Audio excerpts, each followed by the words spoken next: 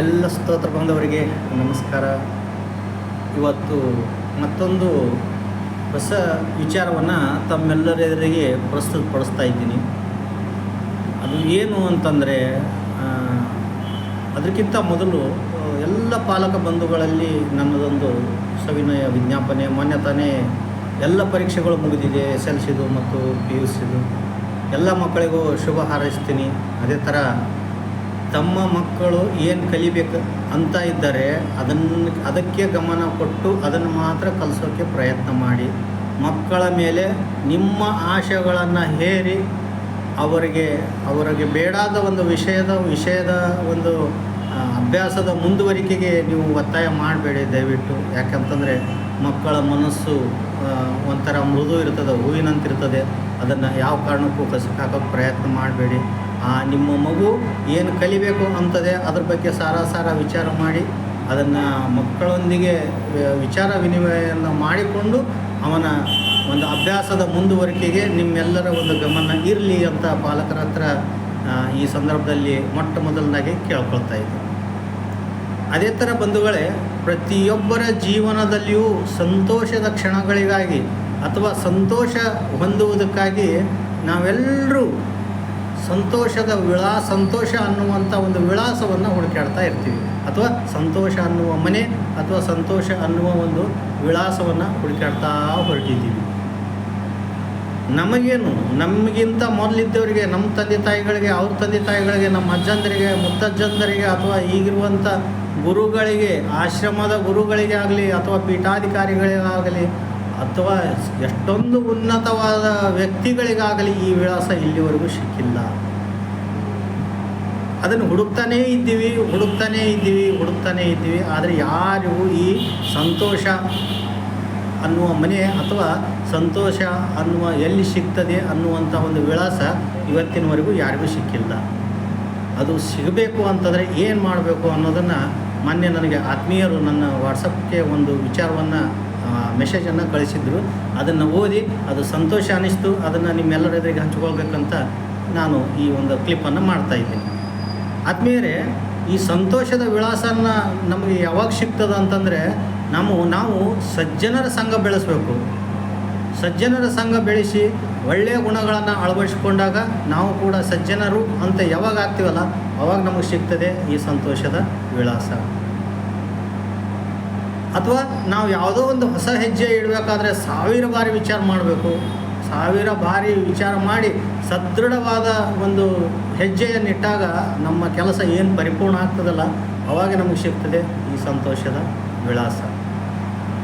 ಅದೇ ಥರ ಬಂಧುಗಳ, ಎಂದೋ ಮಾಡಿದ ತಪ್ಪಿಗೆ ಇಂದಿನವರೆಗೂ ಕೊರಗ್ತಾ ಇರ್ತೀವಿ. ಮತ್ತು ಇಂದಿನ ನೆಮ್ಮದಿಯನ್ನು ಕೂಡ ಹಾಳು ಮಾಡ್ಕೊಳ್ತೀವಲ್ಲ, ಇದನ್ನು ನಾವು ಕಡಿಮೆ ಮಾಡಿದರೆ ನಮಗೆ ಸಿಗ್ತದೆ ಸಂತೋಷದ ವಿಳಾಸ. ನೋಡಿ, ಎಷ್ಟೊಂದು ಸುಂದರವಾದ ಸಾಲುಗಳಿವೆ ಇವು. ಇನ್ನು ನಮ್ಮ ಅವಗುಣಗಳು ಅಂದರೆ ನಮ್ಮ ಅವಗುಣಗಳನ್ನು, ಲೋಪ ದೋಷಗಳನ್ನು ನಾವೇ ತಿದ್ದುಕೊಂಡು ನಾವು ಉನ್ನತಿಯ ಕಡೆಗೆ ಯಾವಾಗ ಹೋಗ್ಲಿಕ್ಕೆ ಪ್ರಯತ್ನ ಮಾಡ್ತೀವಲ್ಲ ಅವಾಗ ಸಿಗ್ತದೆ ನಮಗೆ ಸಂತೋಷದ ವಿಳಾಸ.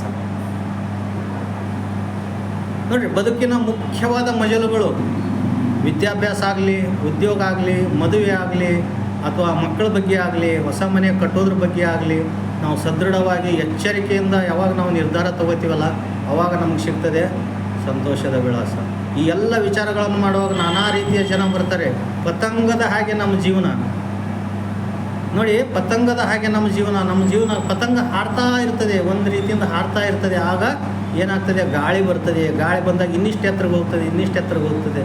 ನಾವೇನು ಮಾಡ್ತಿರ್ತೀವಿ, ನಿಂತು ದಾರವನ್ನು ಜಗ್ತಾ ಇರ್ತೀವಿ.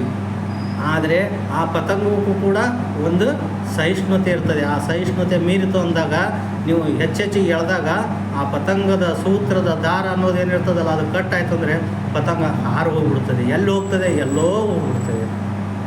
ಹಂಗೆ ನಮ್ಮ ಜೀವನ ಆಗೋದು ಬೇಡ.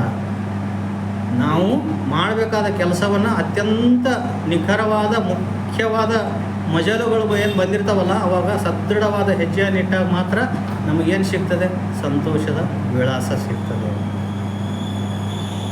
ಇನ್ನು ನಾಲಿಗೆ, ಇದು ಒಂದು ನಾಲಿಗೆ ಅನ್ನೋದು ಒಂದು ದುಷ್ಟ ರಕ್ಕಸ ಇದ್ದಂತೆ. ಈ ನಾಲಿಗೆ, ನಮ್ಮ ನಾಲಿಗೆ ದುಷ್ಟ ರಕ್ಕಸ ಇದ್ದಂತೆ.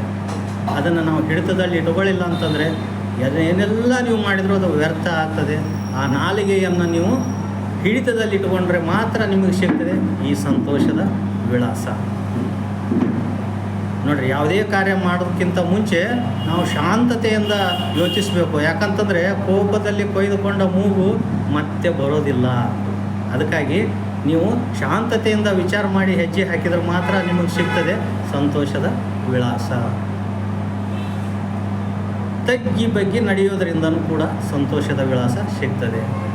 ಸುಮ್ಮನೆ ಏನೂ ಇರಲ್ಲ, ಎದೆ ಉಬ್ಬಿಸಿ ನಾನು ಅದು, ನಾನು ಇದು, ನಾನು ಹಾಗೆ, ನಾನು ಹಿಂಗೆ, ನಾನು ಹೇಳಿದ್ರೆ ಆ ಕೆಲಸ ಆಗ್ತದೆ, ನಾನು ಹೇಳಿದ್ರೆ ಈ ಕೆಲಸ ಆಗ್ತದೆ, ನನ್ನಲ್ಲಿ ಹಣ ಇದೆ, ನೀವೆಲ್ಲ ನನ್ನ ಮಾತು ಕೇಳಬೇಕು, ಬಗ್ಗಿ ನಡಿಬೇಕು, ಸುಮ್ಮನೆ ಚಾಡಿ ಹೇಳೋದು, ಚುಚ್ಚೋದು, ನಾನು ನಂದದು, ನಂದು, ಆ ಹೊಲ ನಂದು, ಮನೆ ನಂದು, ಅದು ನಂದು, ಇದು ನಂದು, ಇಂಥ ಒಂದು ಅವಗುಣಗಳನ್ನು ಬಿಟ್ಟು ನಾವು ತಗ್ಗಿ ಬಗ್ಗಿ ನಡೆದಾಗ ಮಾತ್ರ ನಮಗೆ ಸಿಗ್ತದೆ ಸಂತೋಷದ ವಿಳಾಸ. ಮತ್ತು ಹೊಸ ಜನ ಸಿಕ್ಕರು ಅಂತ ಹಳೆಯ ಜನರ ಅಂದರೆ ಬಹುಕಾಲದಿಂದ ನಿಮಗೆ ಹೆಗಲಿಗೆ ಹೆಗಲು ಕೊಟ್ಟು ನಡೆದಿರ್ತಾರಲ್ಲ, ಅಂಥವ್ರನ್ನ ಮರೆತಾಗ ನಮಗೆ ಸಿಗಲ್ಲ, ಯಾವುದೇ ಸಂತೋಷ ಸಿಗಂಗಿಲ್ಲ. ಅದನ್ನು ಬಿಟ್ಟು ಅವರಿಗೆ ನಮಗೆ ಬಹುಕಾಲದಿಂದ ನಮ್ಮ ಜೊತೆಗಿದ್ದು ನಮಗೆ ಬೆನ್ನೆಲುಬಾಗಿ ಯಾರು ಇರ್ತಾರಲ್ಲ ಅಂಥವರ ಜೊತೆ ನಾವು ಬದುಕಿ ಬಾಳುವುದರಿಂದ ನಮಗೆ ಸಿಗ್ತದೆ ಸಂತೋಷದ ವಿಳಾಸ.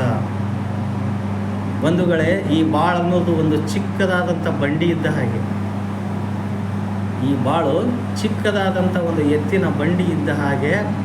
ಅದನ್ನು ನಾವು ಪರರನ್ನು ದ್ವೇಷಿಸಲಿಕ್ಕಾಗಿ, ಚಾಡಿ ಹೇಳಲಿಕ್ಕಾಗಿ, ಅಥವಾ ವಿಷ ಬೀಜ ಬಿತ್ತಲಿಕ್ಕಾಗಲಿ, ಸಂಬಂಧಗಳನ್ನು ಕೆಡಿಸೋದಕ್ಕಾಗಲಿ, ಅಥವಾ ಕೆಟ್ಟ ಕಾರ್ಯಕ್ಕೆ ನಾವು ಅದನ್ನು ಹೆಂಗೆ ಉಪಯೋಗ ಮಾಡ್ಕೋತೀವಿ, ಹಂಗಂಗೆ ನಮ್ಮ ಮನಸ್ಸು ಕೆಟ್ಟು ಹೋಗ್ತದೆ, ನಮ್ಮ ಸಂಬಂಧಗಳು ಕೆಟ್ಟು ಹೋಗ್ತವೆ, ನಮ್ಮ ಸಂತೋಷದ ಕ್ಷಣಗಳನ್ನು ಕಳೆದುಕೊಳ್ತೀವಿ, ನೆಮ್ಮದಿಯ ಜೀವನವನ್ನು ಕಳೆದುಕೊಳ್ತೀವಿ. ಇದನ್ನೆಲ್ಲ ಬಿಟ್ಟು ಈ ಭಾಳ ಚಿಕ್ಕದಾದ ಭಾಳ ಬಂಡಿ ಅಂತ ಏನು ಹೇಳ್ತೀವಲ್ಲ, ನಮ್ಮ ಈ ಜೀವನದ ಒಂದು ಭಾಳ ಬಂಡಿಯನ್ನು ನಾವು ಒಳ್ಳೆಯದನ್ನು ಮಾಡ್ತಾ ಮಾಡ್ತಾ ಮಾಡ್ತಾ ಮಾಡ್ತಾ ಹೋದಾಗ ನಾವು ನಮಗೆ ಬೇಕಾದ ಸಂತೋಷ ಅಂತೇನು ನಮಗೆ ಬೇಕಾದ ಒಂದು ವಿಳಾಸ ಇದೆಯಲ್ಲ, ಆ ವಿಳಾಸದ ಸಮೀಪಕ್ಕೆ ಹೋಗ್ತೀವಿ.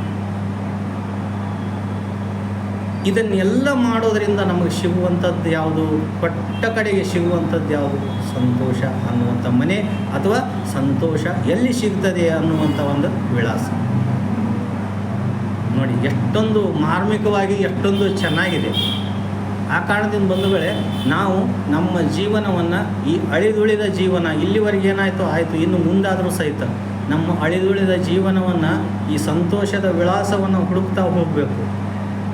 ಅದನ್ನು ನಾವು ದೊರಕಿಸ್ಕೊಳ್ಬೇಕಂದ್ರೆ ಈ ಮಹನೀಯರು ಹೇಳಿದಾರಲ್ಲ, ಇಂಥ ಹಲವಾರು ವಿಚಾರಗಳನ್ನು ನಾವು ಜ್ಞಾಪಿಸ್ಕೊಳ್ತಾ ಹೋದಾಗ ನಮಗೆ ಸಂತೋಷದ ವಿಳಾಸ ಸಿಗ್ತದೆ ಅಂತ ಈ ಸಂದರ್ಭದಲ್ಲಿ ತಮ್ಮೆಲ್ಲರ ಎದುರಿಗೆ ನಾನು ಇದನ್ನು ಪ್ರಸ್ತುತಪಡಿಸ್ತಾ ಈ ನನ್ನ ಕ್ಲಿಪ್ಪನ್ನು ಮುಗಿಸೋಕ್ಕೆ ಪ್ರಯತ್ನಿಸ್ತಾ ಇದ್ದೀನಿ. ಇದು ಒಳ್ಳೇದು ಅನಿಸಿತ್ತಂದರೆ ತಾವೆಲ್ಲರೂ ನನಗೆ ಲೈಕು, ಕಾಮೆಂಟು, ಶೇರ್ ಮಾಡ್ತೀರಂತ ಅಂದ್ಕೊಂಡು ನನ್ನ 2 ಮಾತುಗಳನ್ನು ಮುಗಿಸ್ತಾ ಇದ್ದೀನಿ. ಧನ್ಯವಾದಗಳು.